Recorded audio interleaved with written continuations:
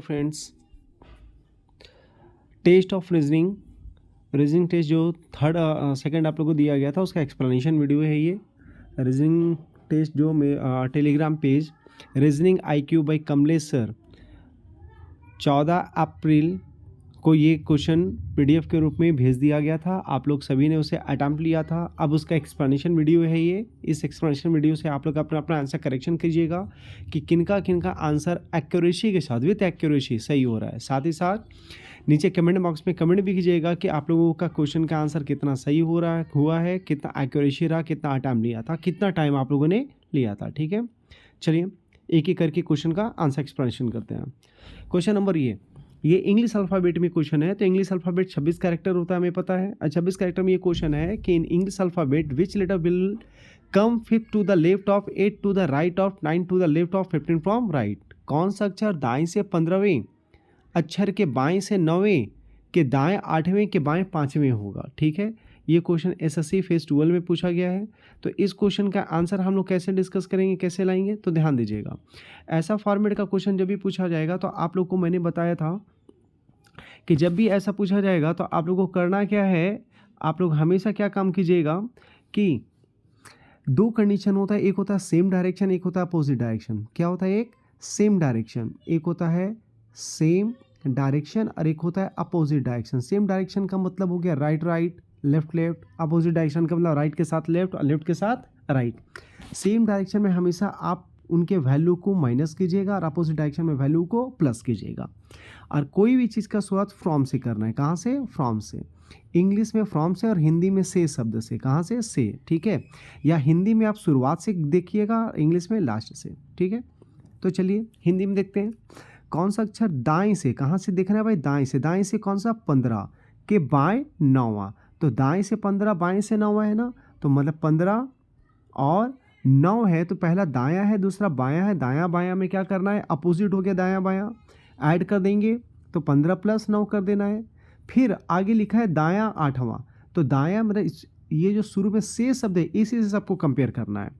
अब ये लास्ट यहाँ पे लिख दिया कि दाएं से 8वां, ये दाएं से 8वां और यहाँ भी दाएं से है तो दायां दायां फिर सेम हो गया तो माइनस कर देंगे 8। ठीक है, फिर लास्ट में क्या कर दिया, बाएं से 5वां। शुरू में दायां था और लास्ट में बायां है तो दायां बायां अपोजिट हो गया, फिर ऐड कर देंगे कितना, 5। अब इसके वैल्यू को जोड़ देते हैं, जो भी कैलकुलेशन है उसको कर देते हैं। ठीक है, कैलकुलेशन कर रहे हैं तो क्या आ रहा है, 15 + 9 24, 24 - 8 16, 16 और 5 21, मतलब 21वां लेटर आपका आंसर होना चाहिए। लेकिन ये 21वां लेटर कहाँ से, चूंकि दाएं से बोला है तो दाएं से 21वां लेटर आंसर होगा। तो दाएं से 21वां लेटर निकालने के लिए मैंने कंडीशन क्या बोला था, तो दाएं से 21वां लेटर हमारे निकालने के लिए दो कंडीशन मैंने बोला था। पहला लॉजिक क्या बोला था दाएं से 21वां निकालने के लिए, पहला मैंने बोला था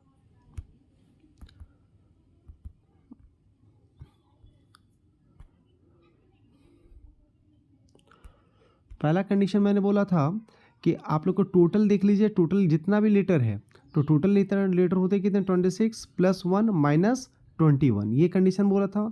तो 26 1 27 - 21, 26 1 27 में 21 माइनस करेंगे क्या आएगा, 6। या दूसरा बोल सकते हो तो 6 में कौन सा लेटर आया, F।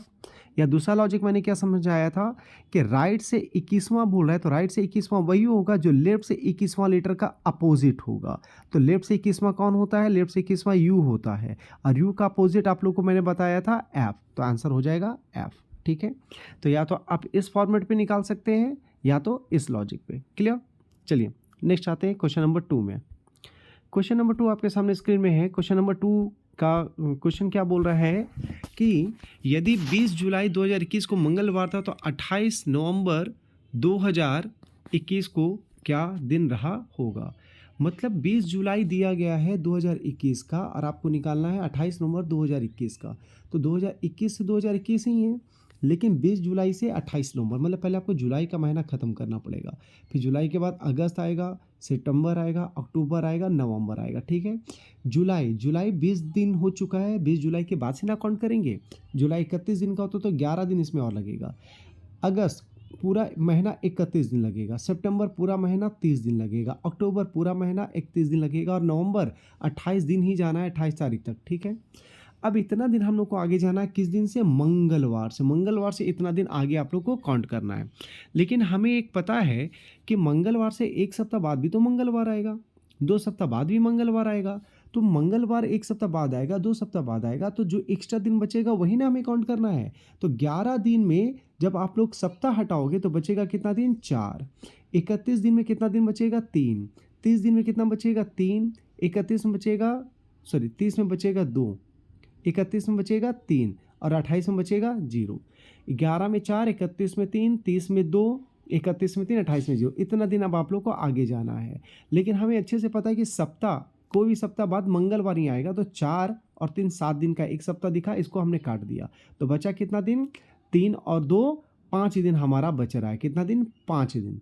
मतलब मंगलवार से आप लोग को 5 दिन आगे जाना है। तो मंगलवार से जो 5 दिन आगे जाएंगे तो मंगलवार के बाद बुधवार, शुक्रवार, बुधवार, गुरुवार, शुक्रवार, शनिवार, रविवार, 5 दिन आगे बढ़ेंगे। आंसर आएगा रविवार, option number E. This is your answer. Clear.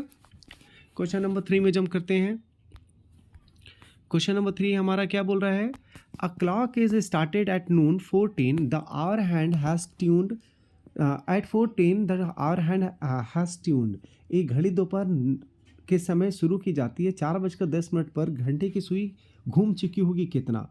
तो एक घड़ी ये होता है ना, 12 बजे यहाँ से शुरू होता है और 4:10 में। तो एक बात बताओ, ये 3 है, ये 4 9 है, ये 6 है, 5 है, 4 है, 7 है, 8 है, 2 3 सॉरी यहाँ पे 1 होगा और यहाँ पर 2 होगा, ठीक है, और ये 12 है, ठीक।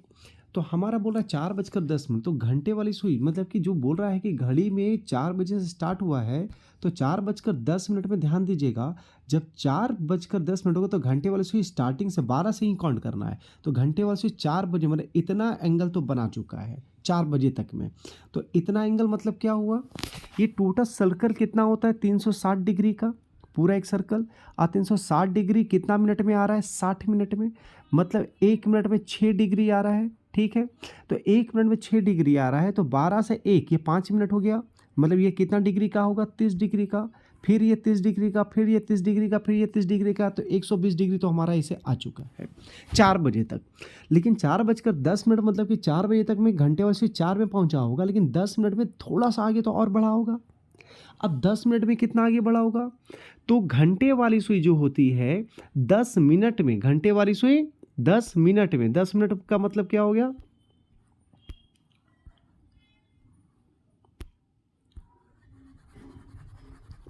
10 मिनट में घंटे वाली सुई। तो ध्यान दीजिएगा, ये जो घंटे वाली सुई है, ये 10 मिनट में जो आपका टाइम पूछ रहा है, तो 1 घंटे में 1 मिनट में घंटे वाली सुई मात्र आधा डिग्री का कोण बनाती है। कितना डिग्री का, आधा डिग्री। आधा डिग्री मतलब कितना डिग्री का कोण बनाएगी भाई, 1 मिनट में 1 मिनट में घंटे वाली सुई 1 मिनट में घंटे वाली सुई 0.5 डिग्री बनाती है। तो 10 मिनट में कितना बनाई होगी, उसका आधा मतलब 5 डिग्री। मतलब 5 डिग्री का और एंगल बनेगा। तो 5 डिग्री का और एंगल बन के टोटल 120 और 5 125 डिग्री का आंसर हमारा आ जाएगा। तो 4:10 में घंटे वाली सुई 125 डिग्री का एंगल बना चुकी होगी, ठीक है। क्वेश्चन नंबर 4 में आते हैं। बड़ा आसान सा सवाल है ये कि दी गई आकृति में त्रिभुजों की संख्या ज्ञात करें। How many triangles are there in the figure. आप लोग को मैंने बताया था लॉजिक कि भाई ये जो ट्रायंगल होता है, ये इसमें इस तरह का पिक्चर जब भी रहेगा तो इसको नंबरिंग कर दीजिएगा 1 2, ये नंबरिंग हो गया ना। अब दोनों को जोड़ दीजिएगा, तो 2 को और 1 को जोड़ेंगे आएगा 3। मतलब इस ऊपर वाले पार्ट से इस वाले पिक्चर से टोटल 3 ट्रायंगल आ रहा है, ठीक है। नीचे भी तो वैसा ही है ना, इसमें भी नंबरिंग करके जोड़ेंगे तो कितना आएगा, 3 ट्रायंगल आएगा, ठीक है। अब बीच में स्क्वायर शेप है, स्क्वायर शेप में भी मैंने लॉजिक बताया था। स्क्वायर शेप को क्या करना, नंबरिंग करना है। तो 1 नंबर, ये छोटा दूसरा ट्रायंगल, तीसरा ट्रायंगल और ये चौथा ट्रायंगल। जितना छोटा छोटा आएगा उसको 2 से गुना कर दीजिएगा तो कितना आ जाएगा, 8। मतलब बीच वाले स्क्वायर से आपका 8 ट्रायंगल आ रहा है, ऊपर वाले ट्रायंगल से आपका 3 ट्रायंगल आ रहा है, और नीचे वाले ट्रायंगल से भी आपका 3 ट्रायंगल आ रहा है। तो 8 3 11 और 3 14 triangle. Answer option number D. This is your answer. Question number 4 का आंसर क्या होगा, डी, 14 नंबर ऑफ ट्रायंगल इस क्वेश्चन का आंसर होगा। नेक्स्ट क्वेश्चन में जंप करते हैं। अब आप लोग को आप लोग को 3 डाइस दिया गया है। इस तीनों डाइस में आपको एनालिसिस करके बताना है 3 different position of the same dice are shown. Okay, select the symbol that will be the on the face opposite to the one having at the rate।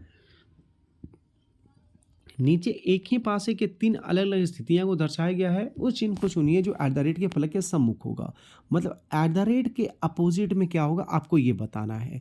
तो इसके लिए सिंपल सा लॉजिक क्या कीजिएगा, 3 डाइस है हमारे पास, तीनों डाइस में से बस आप 2 ऐसा डाइस को उठाइए, ऐसा 2 डाइस को उठाइएगा जिसमें से सिर्फ एक कॉमन सरफेस होगा। तो एक कॉमन सरफेस कौन है, तो भाई पहला दूसरा डाइस में हम क्या देख रहे हैं, यहाँ पर हैशटैग है, यहाँ पर भी हैशटैग है और कोई तो कॉमन नहीं है ना, तो बस इसी दोनों डाइस से आंसर आ जाएगा।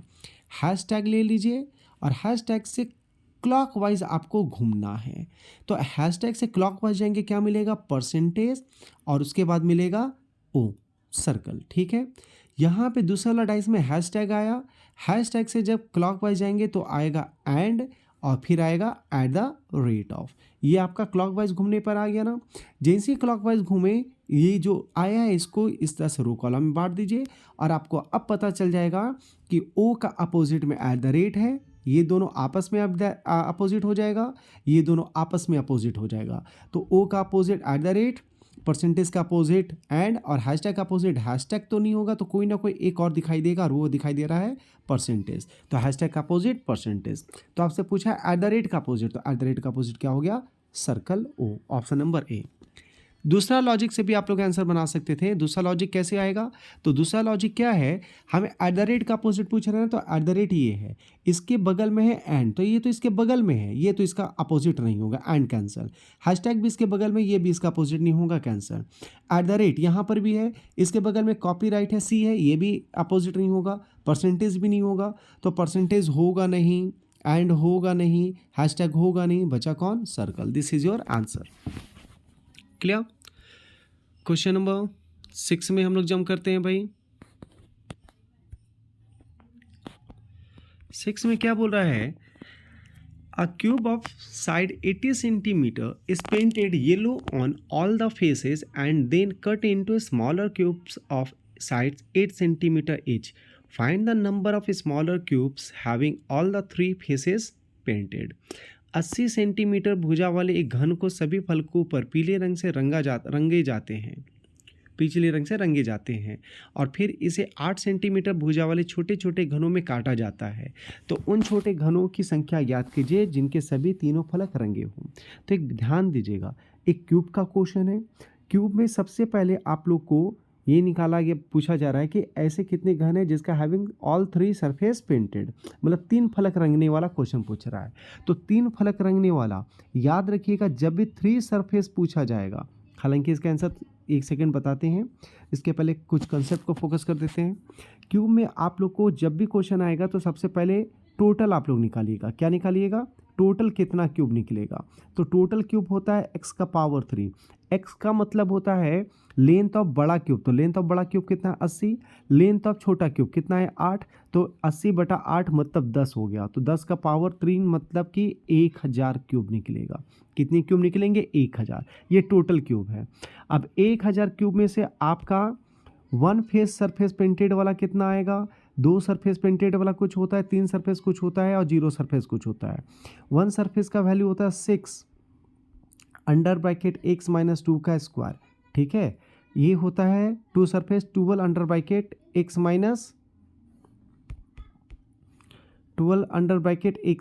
2। ये 3 सरफेस पेंटेड बताते हैं, यहाँ 0 सरफेस पेंटेड होता है x - 2 का पावर 3। ठीक है, तो ये कितना आ जाएगा भाई, सबको पहले निकालिए, कैलकुलेट कर लीजिए, क्योंकि 1000 पीस तो टोटल आया, सबको जोड़ के 1000 पीस आपको लाना है। ठीक है, तो 1000 piece 6 under bracket x - 2, x का वैल्यू 10 आया था ना, 10 - 2 हो जाएगा 8, 8 का स्क्वायर हो जाएगा 64, और 64 गुना 6 हो जाएगा 6 6 36 और 6 दूना 12, 372 पीसेस है ना।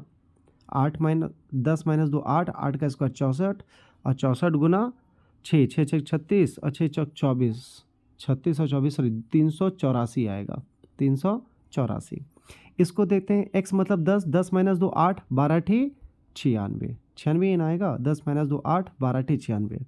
x का मतलब यहाँ हो गया 10, 10 माइनस 2, 10 माइनस 2 कितना होता है 8, 8 का क्यूब 88, 64, 512, ये 512 आ गया। और 3 सरफेस पेंटेड ये हमेशा 8 ही रहता है, ये ना उससे बढ़ता है ना उससे घटता है, ये हमेशा 8 कंस्टेंट रहता है। ठीक है, तो यहाँ पे पूछ रहा है 3 सरफेस पेंटेड, तो हमेशा इसका आंसर 8 ही आएगा, ना तो 8 से ज़्यादा होगा ना तो 8 से कम, ये कंस्टेंटली रहेगा। तो इसका क्वेश्चन का आंसर डायरेक्ट 8 हो जाएगा। लेकिन अगर एक सरफेस पेंटेड पूछता तो ये आपका आंसर आ जाता, तो ये लिख लीजिएगा, ये राइट डाउन कर दीजिएगा, 6 under bracket x minus 2, 2 surface painted का 12 under bracket x minus 2, 3 surface painted हमेशा 8 और 0 सरफेस पेंटेड x माइनस 2 का होल क्यूब। ठीक है, ये आपका आंसर हो गया। Question number 6 complete. Question number 7 में हम लोग जंप करते हैं। क्वेश्चन नंबर 7 क्या बोल रहा है कि Rohan started from his home to go to his school, he went होगा, he went 100 metre towards the south, then turn towards the west and walk 50 meter, he then turn right and walk 50 meter, and finally he turn to his right and walk 100 meter to reach his school. In which direction is his house from the school? Rohan अपने घर से school जाने के लिए निकला और दक्षिण की ओर 100 मीटर चला। तो पहले डायरेक्शन है ना, डायरेक्शन को पहले समझ लेते हैं। ये डायरेक्शन मैप होता है, ठीक है, ऊपर होता है नॉर्थ, नीचे होता है साउथ, राइट में होता है ईस्ट और लेफ्ट में होता है वेस्ट। नॉर्थ और ईस्ट के बीच का नॉर्थ ईस्ट हो गया, साउथ ईस्ट के बीच साउथ ईस्ट हो गया, नॉर्थ वेस्ट के बीच नॉर्थ वेस्ट और साउथ वेस्ट के बीच साउथ वेस्ट। ये तो क्लियर है। अब डायरेक्शन बनाते हैं। रोहन अपने घर से स्कूल जाने के लिए निकला दक्षिण की ओर 100 मीटर, दक्षिण मतलब 100, तो साउथ, दक्षिण मतलब साउथ, तो ये मान लिया जाए घर यहाँ से निकला।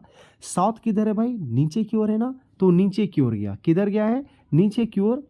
कितना मीटर गया है, ये 100 मीटर गया है, ये 100 मीटर की दूरी तय कर लिया। ठीक है, फिर क्या बोल रहा है, वह पश्चिम की ओर मुड़ा, 50 मीटर गया। पश्चिम किधर हो गया, इधर ना, वेस्ट, ये कितना चला है 50 मीटर चला।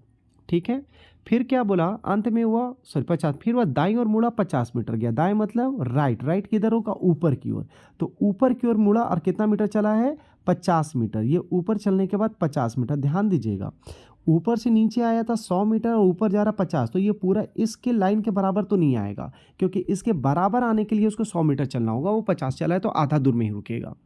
फिर क्या बोला, और अंत में वह अपनी दाईं ओर मुड़ा और अपने स्कूल तक पहुंचने के लिए 100 मीटर चला। दायां मुड़ा, दायां मतलब कि इधर हो गया, और 100 मीटर, तो इस रोड में आने के लिए तो इसको बराबर 50 मीटर चलना होगा, और 50 मीटर चला और यहाँ पे वो अपना स्कूल पहुँच गया। ठीक है, ये 50 मीटर चलने के बाद अब क्या बोल रहा है, चला और स्कूल से चला, उसका घर स्कूल से किस दिशा में है, उसका घर के बारे में पूछ रहा है कि उसका घर किस दिशा में है।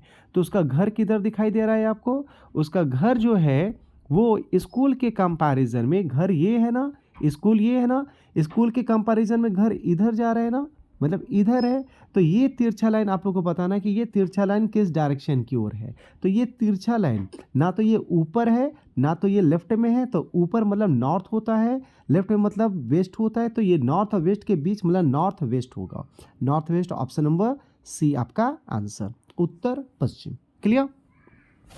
क्वेश्चन नंबर 7 भी कंप्लीट। नेक्स्ट आते हैं क्वेश्चन नंबर 8 में।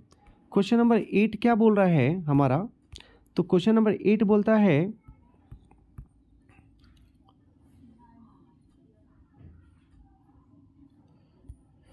कि in a row of boys Vijay is 9th 10th from the left end and Vikram 7 from the right end. If there are 11 boys between Vijay and Vikram, then how many boys are there in the रो।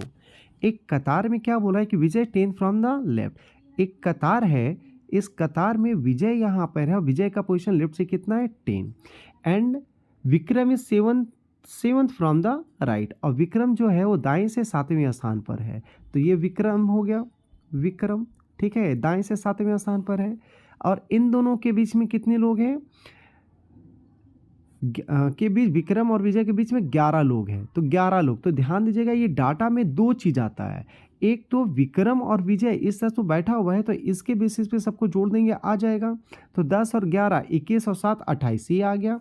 लेकिन हो सकता है कि विक्रम यहाँ पर बैठा हो और विजय यहाँ पर बैठा और दोनों का पोजीशन एक दूसरे को ओवरलैप करके भी दिया जा सकता है। तो सिंपल में तो हमारा 28 आ जाएगा, लेकिन ओवरलैप में कितना आएगा? तो ओवरलैप में क्या करना रहता है? दोनों का पोजीशन जोड़कर माइनस बिटवीन -2, तो दोनों का पोजीशन जोड़ेंगे 10 और 7 कितना हो जाएगा? 17।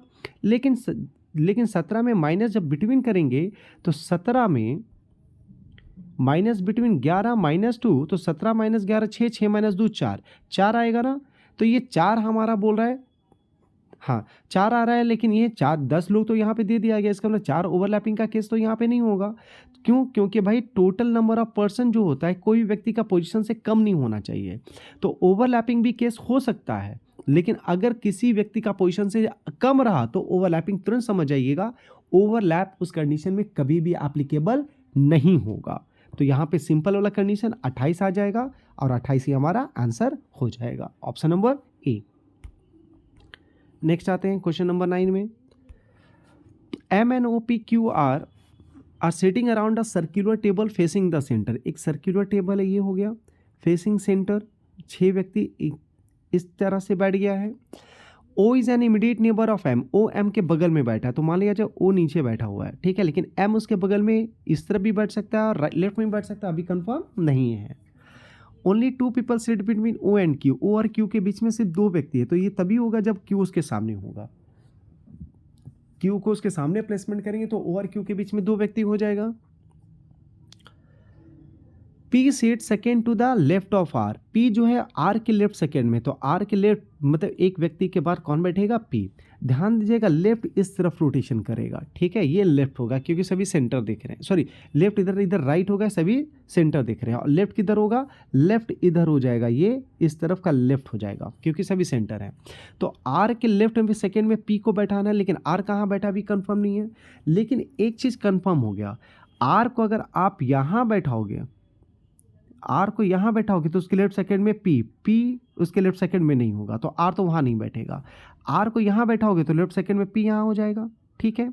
लेकिन अगर P को यहाँ बैठाओगे तो कंडीशन पहला में ही क्या बोला था कि O M के पड़ोसी है, मतलब O M के बगल में बैठेगा, तो M इसके बगल में आप बैठ पा रहे हैं क्या? नहीं, तो R यहाँ भी नहीं बैठेगा, तो R के लिए 2 पोजिशन कैंसिल।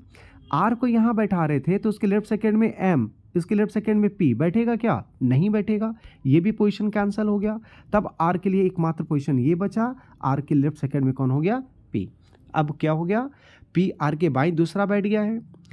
अब N P का निकटतम पड़ोसी है, N is immediate neighbour of P, N P के बगल में बैठेगा, तो P के बगल में P यहाँ है ना, इसके बगल में यही एक कुर्सी स्थान खाली है जहाँ पे N बैठेगा। अब एक स्थान यहाँ पे बच गया और शुरू में बोल दिया था कि O M के बगल में, तो M यहाँ। क्लियर? अब सवाल है कि M के दाएं दूसरे स्थान पे कौन बैठा है, तो M के दाएं दूसरे स्थान, M यहाँ है ना, इसका दायां किधर होगा? इस तरफ होगा, इसके दायां पहला छोड़ के दूसरे स्थान पे कौन है? N is your answer, option number B, this is your answer, ठीक है। आई होप सो आप लोग का आंसर मैच कर रहा होगा। कमेंट बॉक्स में जरूर कमेंट कीजिएगा कि आप लोग का आंसर मैच कर रहा है, एक्यूरेसी कितना है, रेट ऑफ एक्यूरेसी वो बहुत इंपॉर्टेंट होता है, ठीक है। Question number 9 complete. Question number 10 में आते हैं। क्वेश्चन नंबर 10 क्या बोल रहा है हमारा कि A plus B means A is the sister of B, A minus B means A is the brother of B, A star B means A is the father of B, A divided B means A is the wife of B, then A plus B minus C divided D star E minus F, then which of the following statements not correct, इसमें से कौन सा सही नहीं है। तो पहले लिख लेते हैं इक्वेशन। इक्वेशन क्या है? A plus B minus C divided D multiple E minus F, ठीक है। जब भी ऐसा क्वेश्चन आपके सामने आए तो इसका डायग्राम नहीं बनाना है, आपको करना क्या है, लास्ट व्यक्ति को आप खुद को मानिएगा, लास्ट व्यक्ति खुद को मानिएगा और ये देखिए आप सी की तरफ से इधर आप लोग को जाना है, ठीक है।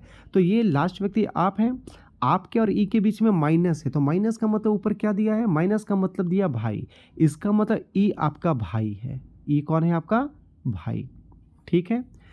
ई और पी के बीच में क्या है?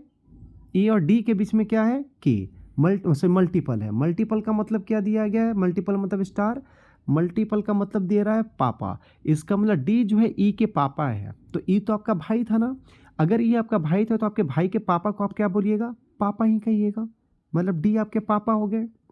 अब आपके पापा सी और सी के बीच में डिवाइडेड है, तो डिवाइडेड का मतलब क्या हो रहा है, डिवाइडेड का मतलब होता है पत्नी। इसका मतलब सी जो है डी की पत्नी है, तो डी तो आपके पापा है और आपके पापा की पत्नी को आप क्या बोलिएगा, मम्मी। क्या बोलेंगे, माँ। मतलब डी सी आपकी माँ है। आपकी माँ बी को माइनस, आपकी माँ और बी में माइनस का साइन है बीच में, तो माइनस का मतलब क्या होता है, माइनस का मतलब है भाई। इसका मतलब बी जो है सी का भाई है। सी तो आपकी माँ थी, तो आपकी माँ का भाई आपके मामा हो जाएंगे, बी आपके मामा। और आपके मामा और ए के बीच में प्लस है, प्लस का मतलब होता है बहन। इसका मतलब ए जो है आपके मामा की बहन है, आपके मामा की बहन आपकी मौसी है। कौन है, मौसी। तो ये आपके रिलेशन होंगे। अब देखना कि इनमें से कौन सही नहीं है। पहला, ए सी की बहन है, तो ए कौन है, मौसी, और सी कौन है, माँ। तो मौसी आपकी माँ की बहन है, हाँ है, मौसी तो माँ की बहन है, मतलब पहला सही है। हमको गलत को ढूंढना है, तो पहला सही बोल रहा है, ये आंसर नहीं होगा। दूसरा, सी एफ की माँ है, सी कौन है, माँ। किसकी माँ है, एफ तो हम खुद को ना माने थे, तो मेरी ही माँ है ना सी, तो बिल्कुल ये सही भी सही बोला है कि हाँ सी एफ की माँ है, मतलब सी मेरी माँ है। ये तो सही बोला है, हमको सही नहीं बल्कि गलत वाले को ढूंढना है।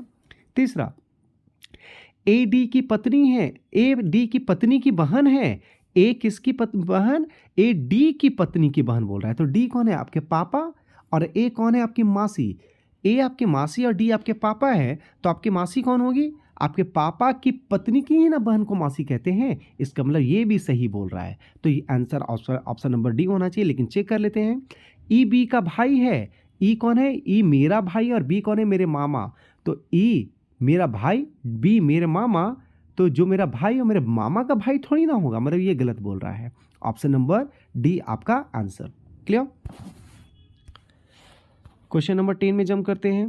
क्वेश्चन नंबर 10 क्या बोल रहा है, P M Z A L R part of 5 member family, all are except L R are females. ठीक है, P M Z A L 5 सदस्य है जिसमें एक परिवार के हिस्सा है, और उनमें से एल को छोड़ के बाकी सभी फीमेल्स है। जेड और एल विवाहित संबंध है, जेड और एल कौन है, हस्बैंड वाइफ है। जेड और एल अगर हस्बैंड वाइफ है तो बोल दिया था एल को छोड़ के सब महिला, इसका मतलब एल महिला नहीं है, तो एल पुरुष हो गया। अब अगर ये दोनों विवाहित हैं तो हस्बैंड वाइफ हो जाएंगे। अब अगर एल पुरुष है तब तो ये महिला हो जाएगी। और बोला गया है पी एम ए उनके बच्चे, पी एम ए ये तीनों इनके ही बच्चे हैं, इनके बच्चे हैं, तो तीनों तो चूंकि एल ही एक पुरुष है बाकी सब तो महिला हो जाएगी। ये हो गया। एम जेड से किस प्रकार संबंध है, कौन, एम। एम किस से, जेड से, तो एम एक महिला है ना, और किसकी बेटी है, जेड की, मतलब एम जो है जेड की बेटी है, पुत्री, daughter. Option number D, this is your answer. Next आते हैं क्वेश्चन नंबर 12।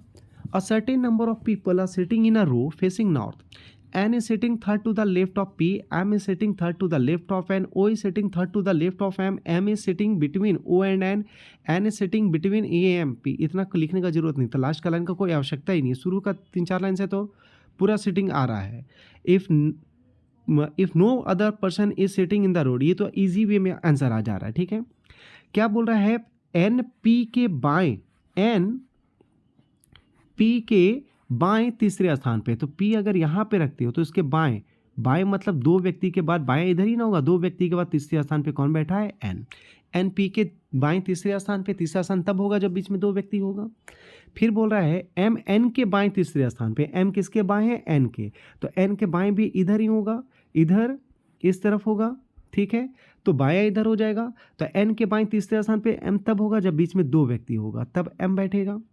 फिर बोल रहा है ओ एम के तीसरे बाएं स्थान पर है, ओ एम के तीसरे बाएं स्थान पे, एम का बायां भी इधर ही, और तीसरे स्थान पे ओ तब होगा जब बीच में दो व्यक्ति होगा। अब बोल रहा है एम ओ और एन के बीच में, इसका कोई जरूरत नहीं है, एम देखिएगा ओ और एन के ही बीच में दिखाई देगा, एम ओ और एन के ही बीच में है, और एन एम और पी के बीच में है, तो एन एम और पी के बीच में दिखाई दे रहा है। यदि कोई और व्यक्ति नहीं बैठा हो तो कुल कितने लोग हैं, तो देखिएगा बीच में कितना है, दो, ये दो व्यक्ति यहाँ पर, बीच में कितना, ये देख लीजिए, दो, दो चार, दो छः, छः व्यक्ति इधर हो गया, और इधर कितना है, ओ एम एन पी, चार व्यक्ति इधर, 6 और 4 10। आपका आंसर ऑप्शन नंबर ए, आंसर 10। ठीक है, अगले क्वेश्चन में जंप करते हैं। अगला क्वेश्चन हमारा सीरीज से, तो ये दिया गया P Q R, R T भी, टी डब्ल्यू जेड, पी, पहले इसको लिख लेते हैं, P Q R, RTV TWZVZD। अगला क्या होगा? तो एक चीज़ ध्यान दीजिएगा, P के बाद Q है, Q के बाद R है, ये कंसिक्यूटिव है। R के बाद S छोड़कर T के बाद U छोड़कर भी एक एक गैप किया है। T के बाद U भी छोड़कर W, 2 छोड़ा है, और W के बाद XY छोड़कर Z, फिर 2 छोड़ा। V के बाद WXY के बाद Z, मतलब 3 छोड़ा, और Z के बाद ABC छोड़कर D, 3 छोड़ा। मतलब शुरू में 0 0 गैप है, इसमें 0 0 गैप है, फिर 1 1 गैप है, फिर 2 2 गैप है, 3 3 गैप है। तो इसके बाद वाला में क्या क्या होगा? 4 4 गैप होगा। अब हम लोग देखते हैं कि यहाँ पे 4 4 गैप तो होगा, लेकिन पहला लेटर जो आएगा उसी से 4 4 गैप करना है। तो पहला लेटर क्या होगा? इसके लिए पहला लेटर देखिए, P के बाद R लाया, P के बाद क्या हुआ?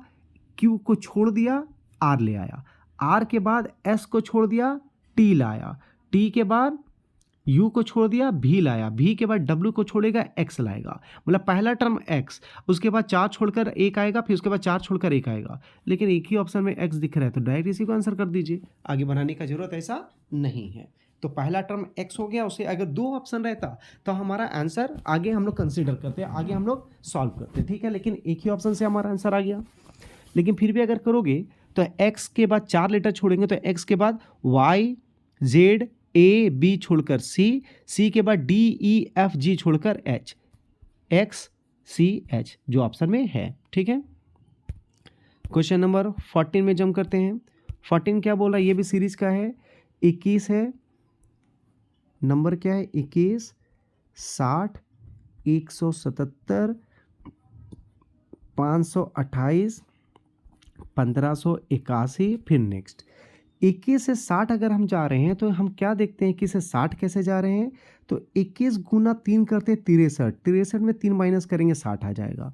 60 से 177, 60 गुना 3 180 में 3 माइनस करेंगे 177 आ जाएगा। 177 गुना 3 करो तो 17 तिया 51, 7 तिया 21, 17 तिया 51 मतलब 510, और 7 तिया 21 531। 531 में 3 माइनस करेंगे 528, बिल्कुल आ जाएगा। मतलब लॉजिक समझ में आ गया, मल्टीपल 3 -3।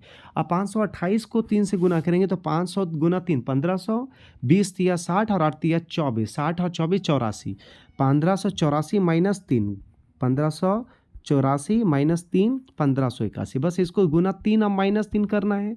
तो देख लेते हैं, 15 तिया 4500 तो होगा, 8 तिया 24 240, 45 और 4740, और 1 तिया 3 4740, 47 से 43 आ रहा है, 4743 minus 3, 4743 minus 3 4740, option number A, this is your answer 4740, ठीक है। फिर से अगर देख लीजिएगा, 1 तिया 3, 3 माइनस 3 का 0, 8 तिया 24, 24 का 4 हाथ में जो 2, और 15 तिया 45, 2 47, ठीक है, आ गया। नेक्स्ट आते हैं क्वेश्चन नंबर 50। फिर आ गया आपका सीरीज है, इसका क्या नंबर? 40, फिर क्वेश्चन मार्क, फिर है 18, 10, 4 0। ज़्यादा इसमें डिफरेंस नहीं है, तो इसमें बस हम लोग डिफरेंसेस करेंगे, हो सकता आ जाएगा। 4 लास्ट में पूरा दिया है ना, इसको पहले डिफरेंस कर लेते हैं।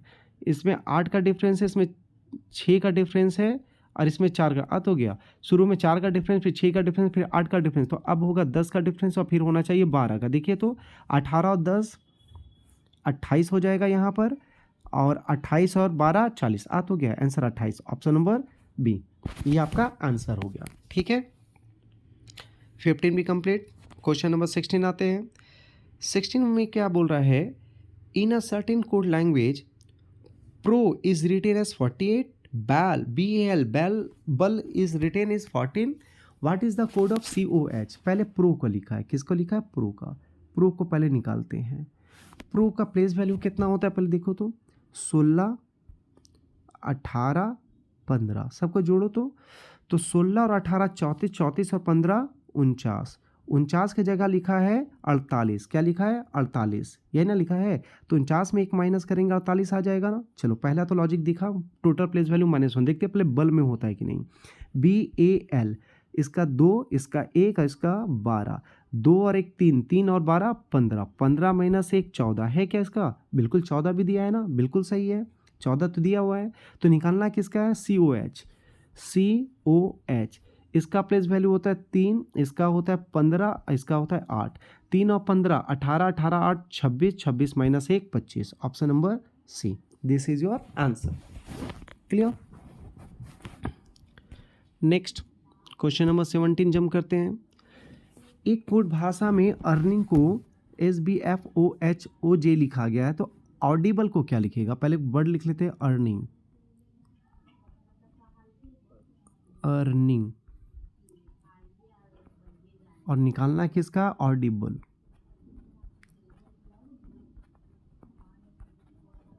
ठीक है, अर्निंग को क्या लिखा है? SBF, OHOJ। ठीक है, चलिए देखते हैं कैसे निकाला होगा। मिल गया। सेंटर को सेंटर में कर दीजिएगा। E के बाद होता है F, A के बाद B, R के बाद S, है ना। I के बाद J, N के बाद O, G के बाद H, है ना, और N के बाद O, मतलब सब में +1 किया है, तो हम भी वही करेंगे। सेंटर को सेंटर में I के बाद J हो जाएगा, D के बाद E, U के बाद V और A के बाद B, ये तो हो गया। E के बाद F, L के बाद M और B के बाद C, मतलब आंसर होगा EVBJFMC, EVBJ option number D में ही है। EVBJFMC हो गया आंसर, ऑप्शन नंबर डी।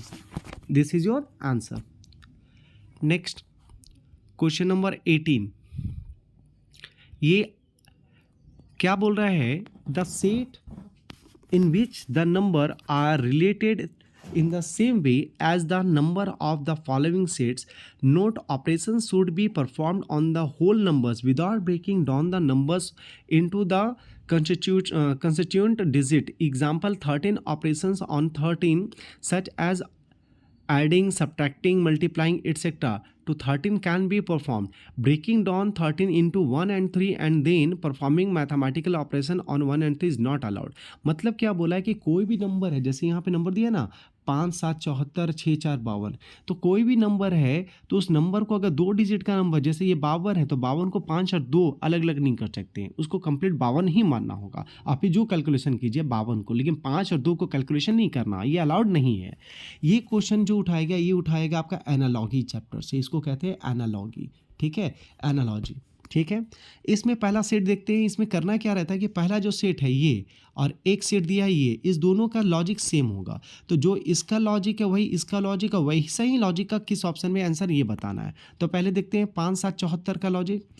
5 7 74, 5 का स्क्वायर अगर करेंगे तो 25, 7 का स्क्वायर करेंगे 49, दोनों को जोड़ेंगे 74 आ जाएगा। आ गया ना, पहला सेट का लॉजिक समझ में आ गया। दूसरा भी यही लॉजिक होना चाहिए। एक चीज़ ध्यान दीजिएगा, इसमें क्या करना रहता है कि जो सबसे बड़ा नंबर है बाकी छोटे नंबर को कोई भी कैलकुलेशन कीजिए बड़ा नंबर वैल्यू आना चाहिए। मैक्सिमम क्वेश्चन में यही लॉजिक होगा। चलिए दूसरा देखते हैं। पहला सेट का तो लॉजिक समझ में आ गया। दूसरा 6 4 52, तो 6 का स्क्वायर होता है 36, 4 का स्क्वायर होता है 16, 36 और 16 को जोड़ेंगे 52 आ जाएगा ना। तो दूसरा का लॉजिक भी समझ में आ गया, मतलब पहला डिजिट का स्क्वायर और दूसरा डिजिट का स्क्वायर को जोड़ने पे तीसरा डिजिट का वैल्यू, तीसरा नंबर वैल्यू आना चाहिए। चेक करते हैं किस में है। पहला ऑप्शन 9 का स्क्वायर होता है 81, 5 का स्क्वायर 25, 81 25 को जोड़िएगा 206 तो कभी नहीं आएगा, कैंसल। दूसरा 9 का स्क्वायर 81 और 5 का स्क्वायर जोड़िएगा तो 52, ये तो आएगा ही नहीं आएगा। 6 का स्क्वायर 36 और 2 का स्क्वायर 4, 36 और 4 40 होता है, ये भी नहीं आएगा। अब यही लास्ट ऑप्शन होगा। 11 का स्क्वायर 121, 5 का स्क्वायर 25, 121 और 25 को जोड़ेंगे 146 आ जाएगा। Option number D your answer. Clear हो गया।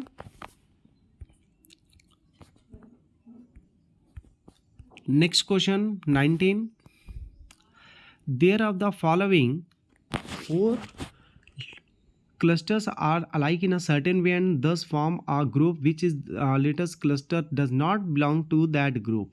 Note the odd and odd is not based in the number constant vowel in the position of the letter. यहाँ पे 4 ऑप्शन दिया गया, इसको हम लोग कहते हैं क्लासिफिकेशन। इस क्वेश्चन को क्या कहते हैं? क्लासिफिकेशन में ऑड मैन ऑड। इसमें जो 4 ऑप्शन में से जो ऑप्शन का लॉजिक बाकी तीनों ऑप्शन के लॉजिक से अलग है वही आपका आंसर होगा। मतलब 4 ऑप्शन में से 3 ऑप्शन का लॉजिक एक जैसा है, एक ऑप्शन का लॉजिक अलग है, जिस ऑप्शन का लॉजिक अलग है वही आपका आंसर। तो पहला देखते हैं MNQL, MNQL में क्या देखिएगा, सबका प्लेस वैल्यू लिख दीजिए 13, 14, 17, 12। दूसरा में है 5, 6, 8, 4। तीसरा में है 22, 23, 26, 21। और चौथा में है 15, 16, 19 और 14। यही है ना। अब इसका प्लेस वैल्यू से आपका आंसर आ जाएगा। देखिए तो पहला ऑप्शन सबसे लास्ट वैल्यू सबसे छोटा है ना 12, 12 से देखिए 12 के बाद 13, 13 के बाद 14, 14 3 17 है ना। दूसरा 4, 4 के बाद 5, 5 के बाद 6, 6 और 3 14 के बाद देखिए पहला ऑप्शन 14 में 3 जोड़ा था तब 17 आया था। दूसरा में 3 नहीं बल्कि 4 के बाद तो 5 आया, 5 के बाद 6 आया, 6 में 2 ही जोड़कर 8 आया। तो ये दोनों का लॉजिक अलग है, यही दोनों में से कोई एक आंसर होगा। तीसरा ऑप्शन देखते हैं 21, 21 के बाद 22, 22 के बाद 23, 23 और 3 26। सेम लॉजिक हो गया पहला और तीसरा। इसको देखते हैं 14, 14 के बाद 15, 15 के बाद 16, 16 और 3 19। ये भी सेम लॉजिक हो गया। तो option number B EFHD, this is your answer. Clear. यहाँ पे लास्ट लेटर से अगर देखिएगा, लास्ट से स्टार्ट कीजिएगा। लास्ट जो है L के बाद शुरू में M आ गया, LMNOP छोड़कर Q, तो इस तरह से आपका आंसर आ जाएगा। ठीक है, आप प्लेस वैल्यू याद रहा तो बड़ा आसानी से आंसर आएगा। आखिरी क्वेश्चन आते हैं, सॉरी एक और क्वेश्चन है यहाँ पर है क्वेश्चन नंबर 20। हमें बोल रहा है कि दिए गए अक्षर संख्या प्रतीक संख्या का अध्ययन करें, निम्नलिखित प्रश्न का उत्तर दें। उन प्रतीकों मतलब सिंबल, उन प्रतीकों मतलब सिंबल हो गया, सिंबल को ज्ञात कीजिए जिनके ठीक पहले एक संख्या मतलब ठीक पहले मतलब पहले नंबर और ठीक बाद एक अक्षर मतलब लेटर। मतलब आपको ढूंढना है सिंबल के पहले नंबर और सिंबल के बाद लेटर, या हम बोल सकते हैं क्या ढूंढना है, नंबर उसके बाद सिंबल उसके बाद लेटर, ऐसा कितना है। तो नंबर सिंबल लेटर ढूंढिए। तो नंबर सिंबल लेटर एक मिल गया, ये 9 star M number symbol letter. और नंबर 3 तो है लेकिन उसके बाद सिंबल नहीं है, नहीं काउंट करेंगे इसको। और नंबर सिंबल 8 के बाद Y है, सिंबल नहीं है। 3 के बाद E है, सिंबल नहीं है। 4 के बाद R है, सिंबल नहीं, और कोई नहीं, बस आंसर ओनली 1 एक ही मिलेगा। Answer option number C 1। Clear. Next और लास्ट हमारा क्या बोला है, हॉर्स स्टबल हीन। तो ये भी एनालॉजी का क्वेश्चन है, इसको भी हम लोग क्या कहते हैं, एनालॉजी। क्या कहते हैं इसको, एनालॉजी। ये भी हमारा एनालॉजी का ही क्वेश्चन है। एनालॉजी का मतलब होता है सिमिलैरिटी। घोड़ा का जो संबंध अस्तबल से, मुर्गी का संबंध उसी सेम केस से होगा। तो घोड़ा कहाँ रहता है, घोड़ा का हॉर्स को कहा जाता है अस्तबल, घोड़ा जहाँ रखा जाता है उसको अस्तबल कहा जाता है। तो मुर्गी जहाँ रखा जाता है उसको क्या कहा जाता है, ये पूछा तो उसको क्या कहा जाता है। इसका आंसर नीचे कमेंट बॉक्स में आप लोग कमेंट करके बताइएगा, जिनका आंसर सही होगा उसका पिन कर दिया जाएगा। साथ ही साथ अपना एक्यूरेसी मुझे ज़रूर ही मैसेज कीजिएगा, ठीक है। साथ ही साथ जो भी इस टेलीग्राम पेज में नहीं ज्वाइन किए हैं मेरे, उस टेलीग्राम पेज में ज्वाइन कर लीजिए, reasoning IQ by Kamlesh sir से किसे। और मेरे यूट्यूब चैनल को लाइक कीजिएगा, शेयर कीजिएगा, अगर वीडियो अच्छा लग रहा है तो सब्सक्राइब कीजिएगा, साथ ही शेयर भी कर दीजिएगा अपने दोस्तों के साथ। अगर आपको लगता है कि ये वीडियो उन लोगों के लिए हेल्पफुल रहेगा या ये चैनल उन लोगों के लिए हेल्पफुल रहेगा, ठीक है। और इसका कमेंट बॉक्स में कमेंट जरूर कीजिएगा, आपका लास्ट क्वेश्चन का आंसर क्या है, साथ ही साथ आपका रेट ऑफ एक्यूरेसी क्या है। Thank you.